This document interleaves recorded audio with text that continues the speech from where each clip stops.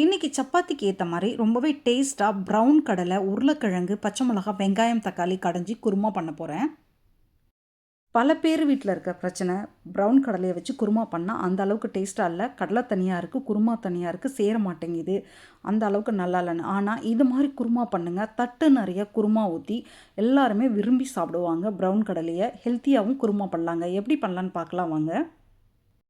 நைட்டே கடலையை தண்ணி ஊற்றி ஊற வச்சாச்சுங்க. காலையில் இப்போ குக்கரில் சேர்த்துறேன் கடலையை. ஒருத்தவங்களுக்கு ஒரு கைப்பிடின்னு 3 கைப்பிடி அளவுக்கு சேர்த்துக்கிறேங்க. கடலை முழுகிற அளவுக்கு தண்ணியும் விட்டுறேன். பேலன்ஸ் இருக்க கடலையை மூடியும் வச்சிடுறேங்க. கடலை குருமானு இருக்கிற கடலையை எல்லாத்தையுமே எடுத்து போடக்கூடாதுங்க. திட்டமாக போட்டு வச்சா தான் ரொம்பவே நல்லாயிருக்கும். இப்போ குக்கரில் சேர்த்த கடலை கூட ஒரு உருளைக்கிழங்கும் கடலைக்கு தேவையான உப்பையும் சேர்த்துடுறேன். உருளைக்கிழங்கு முழுசாக சேர்த்துருக்கேன். ஒரு பெரிய வெங்காயம், ஒரு தக்காளி, 3 பச்சை மிளகாய் கட் பண்ணி இப்போ குக்கரில் சேர்த்துட்டு குக்கரை மூடி வச்சு 5 விசில் விட்டுக்கிறேங்க. இது கடலை கடையிறதுன்னு சொல்லுவாங்க. எங்கள் சைடில் கடலை கடைஞ்சி குருமா பண்ணுறதுங்க. 5 விசில் விட்டு ஆற வச்சு இப்போ எடுத்துட்டேங்க. நல்லா சூப்பராக வெந்திருக்கு பாருங்கள் கடலை. இந்த கடலையில் போட்ட தண்ணியை தனியாக வடிகட்டி எடுத்துட்டு, ஒரு மத்தோ இல்லை மசிக்கிறதுக்கு இது மாதிரி ஏதோ கரண்டி வச்சுருந்தீங்கன்னா அதை வச்சு லைட்டாக மசிச்சுக்கோங்க. வெங்காயம், தக்காளி, பச்சை மிளகாய், கடலை ஒரு பாதி அளவுக்கு மசிச்சுக்கலாங்க. உருளைக்கிழங்கு தோலை உரிச்சிட்டு அதையும் போட்டுட்டு ஒரு பாதி அளவுக்கு உருளைக்கிழங்கு மசிச்சுட்டு பாதியை அப்படியே விட்டுடலாங்க. குழந்தைங்க எடுத்து சாப்பிட்ற அளவுக்கு ரொம்பவே நல்லாயிருக்கும் மசிச்சா. போட்டிருக்க கடலையை எல்லாத்தையுமே மசிக்க தேவையில்ல. வெங்காயம், தக்காளி, பச்சை மிளகாய் மசிக்கும் போதே கடலை எந்த அளவுக்கு மசியுதோ அதுவே போதுமானது. கொஞ்சம் கடலை முழுசாக விட்டுடலாங்க. வடித்து வச்ச கடலை தண்ணியையும் இப்போ குக்கரில் சேர்த்துட்றேன். தண்ணி தேவைப்பட்டுச்சுன்னா இப்போ தண்ணி சேர்த்துக்கலாங்க குருமாவுக்கு. இப்படியே சாப்பிட்டா கூட ரொம்பவே நல்லாயிருக்குங்க. சப்பாத்திலாம் வச்சு சாப்பிட்டா இந்த அளவுக்கு சாப்பிட்டாலே ரொம்பவே டேஸ்ட்டாக இருக்கும். இருந்தாலும் இதை இன்னும் டேஸ்ட் ஆக்கிறதுக்காக நம்ம மல்லித்தூள்லாம் சேர்த்துக்கலாங்க. மல்லித்தூள் 1 1/2 ஸ்பூன் அளவுக்கு சேர்த்துட்டு, 1/4 ஸ்பூன் அளவுக்கு குழம்பு மிளகாய் அப்படி சேர்த்து நல்லா கிளறி விட்டுடுறாங்க. தேங்காய் பிடிக்காதவங்க இதை அப்படியே இந்த கிரேவியை வச்சு சாப்பிட்டுக்கலாங்க சப்பாத்தியோட. இப்போ தேங்காய் டேஸ்ட் பிடிக்குன்றவங்க 2 ஸ்பூன் அளவுக்கு தேங்காய் போட்டு கொஞ்சமாக தண்ணி விட்டு பேஸ்ட்டாக அரைச்சிட்டு இந்த குருமாவில் சேர்த்துக்கலாங்க. எங்கள் வீட்டில் தேங்காய் இல்லாமல் சாப்பிடவே மாட்டோங்க. பிடிக்காது அந்த அளவுக்கு சாப்பிட்றதுக்கு. தேங்காய் இருந்தால் தான் சாப்பிட பிடிக்குங்க எங்கள் வீட்டில் எல்லாருக்குமே. அதனால் 2 ஸ்பூன் அளவுக்கு தேங்காய் விட்டு டேஸ்ட்டுக்காக அரைச்சி ஊற்றிருக்கேன் நான் இந்த குருமாவில். அம்மா வீட்டிலலாம் உருளைக்கிழங்கு மசிச்சு விட்டு கொஞ்சமாக மல்லிப்பொடி போட்டு, கொஞ்சமாக மிளகாய் பொடி போட்டு, பூண்டு இஞ்சி தாளித்து ஊற்றிடுவாங்க. ஆனால் இங்கே எங்கள் மாமியார் வீட்டிலலாம் கொஞ்சமாக தேங்காய் ஊற்றினா தான் சாப்பிடுவாங்க. அதனால் தேங்காய் ஊற்றிட்டு கொஞ்சமாக கறி மசாலா தூளும் போட்டுக்கிறேன் நான் இந்த கிரேவிக்கு.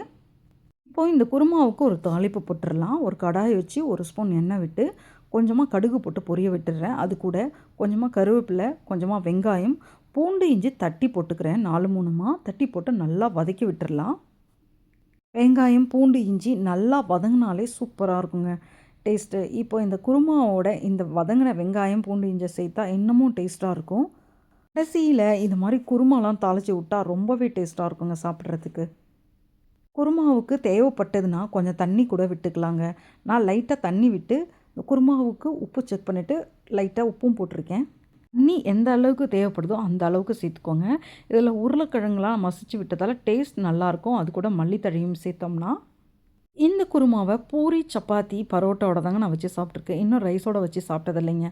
பூரி, சப்பாத்தி, பரோட்டா, தோசை எல்லாத்தோடுமே வச்சு சாப்பிட்டா டேஸ்ட் ரொம்பவே நல்லாயிருக்குங்க. ட்ரை பண்ணுங்கள். தேங்காய் இந்த குருமாவுக்கு ஆப்ஷனல் தாங்க. தேங்காய் பிடிக்காதவங்க தேங்காய் ஊற்ற வேணாங்க. வீட்டுக்கு பக்கத்தில் ஒரு கேரளா ஹோட்டல் இருக்குங்க. போயிட்டு கடலைக்கறி வாங்கினாலே ஒரு பாக்ஸு 12 ரியாலுங்க. ஒரு புடி கடலை கூட இருக்காது. ஆனால் அவ்வளோ காஸ்ட்லி. டேஸ்ட்டு மிளகாய் பொடியை ஃபுல்லாக போட்டு கொடுப்பாங்க. அது ஒரு வித்தியாசமான டேஸ்ட் தாங்க. நல்லா தான் இருக்கும். இருந்தாலும் நம்ம வீட்டில் நல்லா கம கமன்னு ஒரு வாசனையாக நல்லா குருமா செஞ்சுட்டு கூட சப்பாத்தி வச்சு சாப்பிட்றதுக்கு ஈடு இணை இல்லைங்க. இது மாதிரி புசு புசுன்னு ஒரு சப்பாத்தியை போட்டு நம்ம செஞ்ச கடலை குருமாவை வச்சு சாப்பிட்டா மீதமே இருக்காதுங்க. யாருக்குமே நம்ம கொடுக்க மாட்டோம். அந்த அளவுக்கு டேஸ்ட் ரொம்பவே நல்லாயிருக்குங்க. கடலையோட இந்த குருமாவும் சேர்ந்தே வருங்க. நல்லா உருளைக்கிழங்குலாம் மசிச்சு விட்டதால் சாப்பிட்றதுக்கு ரொம்பவே நல்லாயிருக்குங்க. இது மாதிரி குருமாவை ட்ரை பண்ணுங்கள் உங்கள் வீட்லேயும். பச்சை மிளகாயை கடலையோட வேக வச்சு நல்லா கடைஞ்சி குருமா பண்ணும்போது குருமா நல்லா சுருக்குன்னு காரமாக ரொம்பவே டேஸ்ட்டாக இருக்குங்க. நல்ல காரமாக கடலை குருமாவை வச்சு சாப்பிட்டிங்கன்னா ஒரு தடவை திருப்பி இதை தான் பண்ணுவீங்க. ட்ரை பண்ணி பாருங்கள் உங்கள் வீட்டில். சப்பாத்தி, பூரி வீட்டில் வைக்கிறீங்கன்னா இந்த குருமாவை வச்சு சாப்பிட மறக்காதீங்க. ட்ரை பண்ணுங்கள். இது மாதிரி ரொம்பவே நல்லாயிருக்கும். இதில் பச்சை மிளகா காரம் தாங்க இந்த குருமாவுக்கு மெயினே. 3 பச்சை மிளகா போட்டிருக்கோம். 3 பேருக்குன்னு 3 மிளகா போட்டிருக்கோம். உங்களுக்கு ஏற்ற மாதிரி 2ஓ 3ஓ சேர்த்துக்கோங்க. நம்ம சேனலில் வர ஈஸியான ரெசிபிகளை ட்ரை பண்ணுங்கள். நம்ம சேனலுக்கும் சப்போர்ட் பண்ணுங்கள். நம்மளோட சேனலையும் மறக்காமல் சப்ஸ்கிரைப் பண்ணி வச்சுக்கோங்க.